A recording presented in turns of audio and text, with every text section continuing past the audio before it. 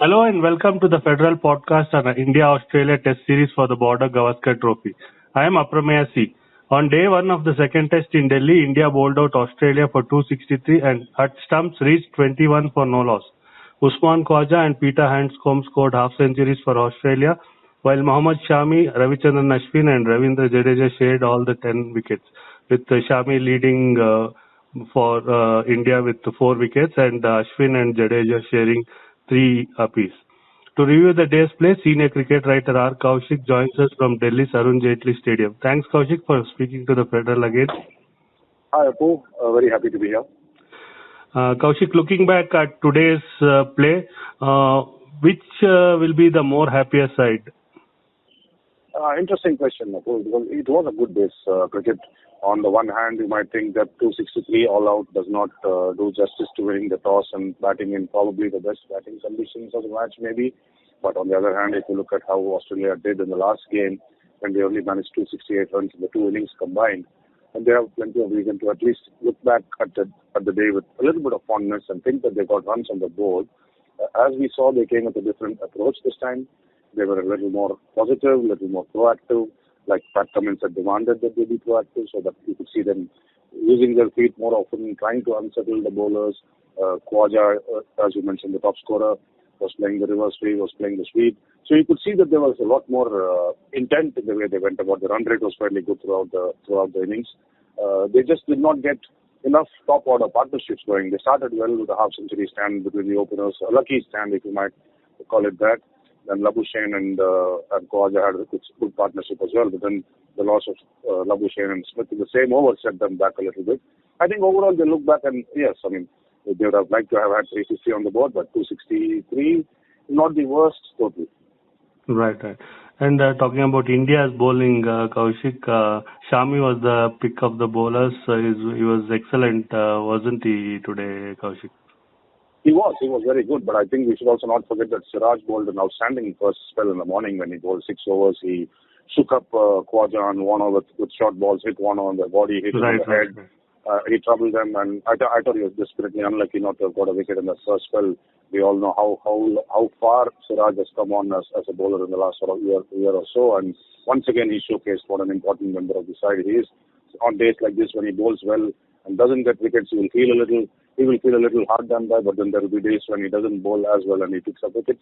Shami was excellent. I mean, he went for a lot of runs, but then I think the nature of this ground is such that once you get past the infield, it's very difficult to stop the boundaries, and there were a lot of boundaries scored in the Australian innings. But Shami is also a very adept wicket taker in Indian conditions. He's not just a fantastic bowler overseas where he has helped him from the conditions, but in India where generally we say that the fast bowlers don't have that much choice, and he's shown time and again that he can be more than a handful on these pitches. And talking about pitch conditions and comparing to Nagpur, this pitch had a lot more bounce than Nagpur, isn't it, Kaushik? It did on day one, so probably it might lose a little bit of the bounce as we go forward. I'm not sure. We'll just have to wait and watch. But yeah, there was quite a bit of carry and quite a bit of bounce for both the fast bowlers and the spinners, and that's something. If Nathan Lyon yesterday, I remember we spoke about side spin and overspin, and Lyon is the kind of guy who relies more on overspin than side spin. So the bounce continues, then Lyon could be a handful. But if the bounce does die down a little bit, it is still a very good track for batting. It is still a good track for batting, and there's value for shots, like I just said. So if India can see off like the first 2 hours with reasonably minimal damage, then I think it will be a good batting day tomorrow. But yeah, the pitch has played quite well. I don't think anyone can have any complaints over how the set has played today. We spoke about the team combinations as well yesterday, and you did mention that Shreyas Iyer will replace Surya Kumar, and same thing happened. Looking at Australia's lineup, they have gone in with only one seamer, with Pat Cummins, the captain, being there, and 3 spinners, including a debutant. Kaushik. Yes. I mean, 3 spinners is also something that we discussed yesterday, but I was saying that's more of a likelihood if Cameron Green is available for selection, because then he gives the new ball option along with Pat Cummins. Well, Green and Stark, both of them were not available for selection. Both of them were not 100%. They still have not recovered totally from the finger injuries sustained in the series against South Africa. So Australia decided in their collective wisdom that one fast bowler, Pat Cummins, will be enough.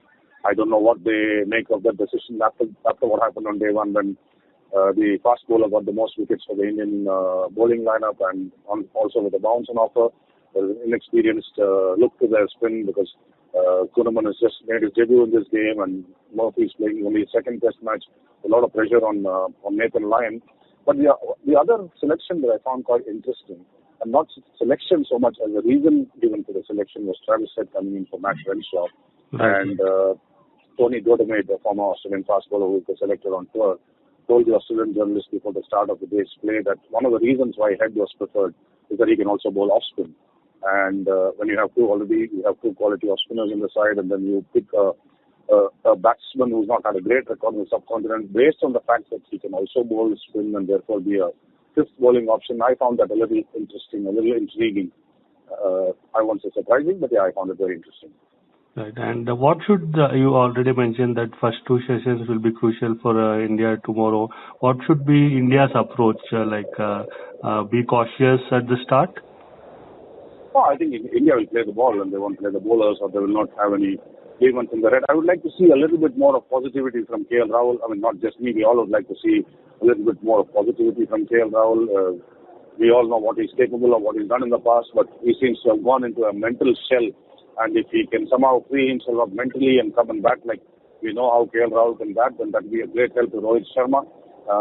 It should be I don't think India will come out with any preconceived plan. Obviously, the idea will be to try and play the percentages and to not try and manufacture anything, because there's no necessity to manufacture anything. But even as we saw in the little passage of play in the evening, in the first over itself, and Rohit's got two short balls from Cummins, and the first one he hit it really well and it went straight to line. The second one just flew to the boundary. So they will play the shots with the opportunity presents itself. One last question, Kaushik, is not related to the test match. You had in fact written for the Federal that BCCI selection committee chairman Chetan Sharma's position was untenable after the TV sting operation, and today we have seen he has resigned from his position. So your thoughts on this, Kaushik? It is bound to happen, wasn't it? I mean, after everything that happened, it will be naive to expect Rohit Sharma, for instance, to approach a selection committee meeting headed by Chetan Sharma with any degree of confidence in that whatever he discusses will not be out in the public domain. It just became a very uncomfortable, awkward situation. It's unprecedented in the history of Indian cricket that we've had a situation like this. Right. I think Chetan Sharma had to go. I mean, maybe the fact that for 3 days the board has not reacted officially. Even today, as we speak now, there is no official release from the BCCI. Right. The chairman of selection committee has resigned. So that's I think when we speak about transparency, and in this day and age, if we cannot have a press release, and I think that's quite disappointing. But overall, I think Chetan Sharma had to go beyond what's happened. Again, it doesn't come down to what he said so much as not in terms of the revelations that he made, because I don't think he made any startling revelations as such.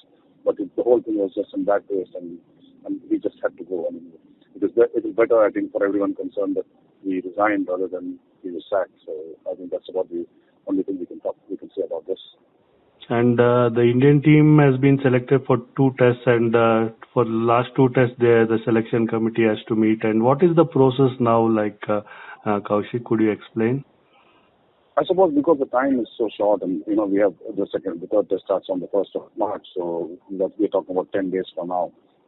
So we obviously have to go through the process of inviting applications and scrutinizing them, shortlisting them, having an interview, and finding a selector to replace Chetan Sharma in the panel. And then depending on who that person is, then we'll know who the next chairman is.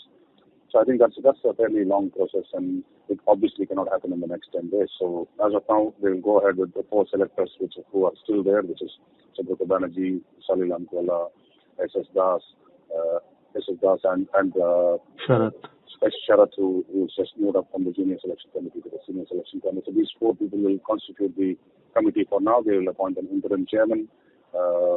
What criterion the board goes by to appoint a new interim chairman, we'll have to wait and watch. But I suspect these 4 gentlemen will get together with Rohit in the next sort of 3-4 days, I suspect, and get the team for the next 2 test matches. After the 4th test, there is a short 3-match one-day series, so the team for that as well has to be selected. And then once that Australia one-day series gets over on the 22nd of February, Then there's a long gap because, on the 22nd of March, and there's a long gap because the IPL starts, and then if India do make the World Test Championship final, then that's only in the second week of June. So there is a little bit of window there, which probably that window can be used to find the next selector to replace Chetan Sharma on the panel, and then we can take the whole process forward. Thanks, Kaushik. We'll reconnect tomorrow. Thanks, Apu. Nice talking to you, and we'll meet tomorrow.